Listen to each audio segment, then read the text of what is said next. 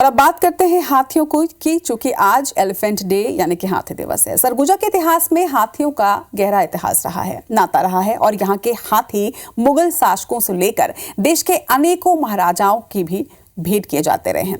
हाथी शुरू से ही मानव के सहयोगी माने जाते हैं, मगर अब हाथी हिंसक हो रहे हैं और ये तस्वीर बदल रही है।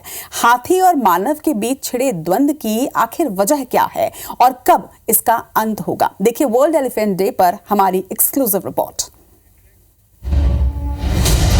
सरगुजा की गज गाथा। सरगुजा के इतिहास से हाथियों का गहरा नाता। महाराजाओं को भेंट किए जाते रहे सरगुजा के हाथी। क्यों बना सरगुजा हाथियों का सैरगाह? मानव हाथी द्वंद्व का आखिर कब होगा अंत? सरगुजा के नाम में ही गज है, यानी हाथियों का इलाका। सरगुजा और छत्तीसगढ़ का इलाका हाथियों का पुराना आश्रय रहा है। असल में सरगुजा के इतिहास पर नजर डालें तो सरगुजा और खास तौर पर उत्तरी छत्तीसगढ़ का ज्यादातर इलाका हाथियों के आवास का एक बड़ा केंद्र रहा है। इतिहासकारों की माने तो सरगुजा राज परिवार के राजा रामानुज शरण सिंह का हाथियों से विशेष लगाव था। उन्हें हाथियों को पकड़ने में महारत हासिल थी।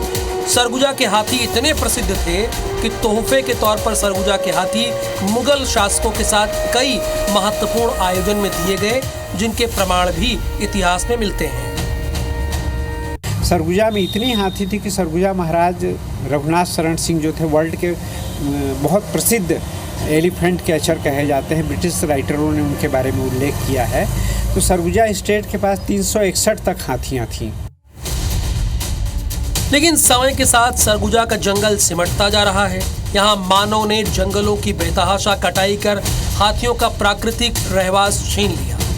वनाधिकार पत्र के नाम पर जंगलों में कब्जा हो रहा है, तो वहीं खेती के लिए भूमि पाने के लिए इंसान पेड़ों की कटाई कर रहे हैं। हाथियों से जुड़े मामलों के जानकार अमलेंदु मिश्रा का कहना है कि लगातार घट रहे जंगल के कारण न हाथियों को पानी मिल पा रहा है और न ही भोजन।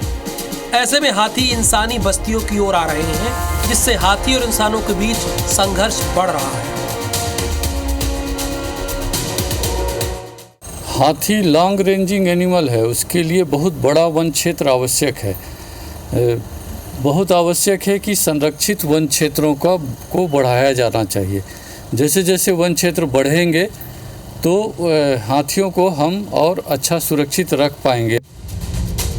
जिस तरह से हाथी मानव द्वंद्व बढ़ रहा है, इससे साफ है यदि हमने हाथियों के इलाके में दखल को कम नहीं किया तो ये द्वंद्व और भी भयावह हो सकता है। सरकार को भी नीतियां बदलने की जरूरत है ताकि वन अधिकार पत्र के नाम पर जंगलों की कटाई रुक सके, और जरूरत है हमें भी सजग होने की। अभिषेक सोनी, IBC 24, अंबिकापुर।